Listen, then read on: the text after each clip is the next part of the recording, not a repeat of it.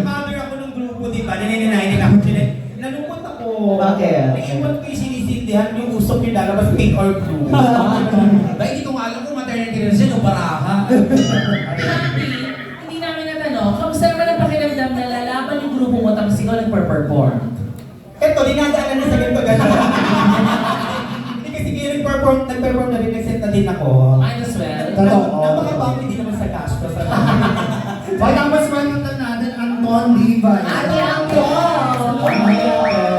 She used to be a member of the Monday group before. Yeah. Akala ko sinong bagets na dumating, si Ate Anton pala. Kala ko nga sa April Boy. Ito kayo. And Bob Garcia, hello, andyan sila. I know si Happy anniversary. Oh. Yes.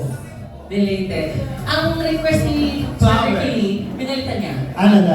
Raining in Manila. Ay! Pwede naman pareho, di ba? Pwede na Yes. ba? We can sing both, so parang big na rin lahat. So, at saka, ito na lang, ito na yung last two songs natin. Ayan, perfect, Yes, perfect. kasi start na po tayo. Raining in Manila and then Flowers. I can love myself,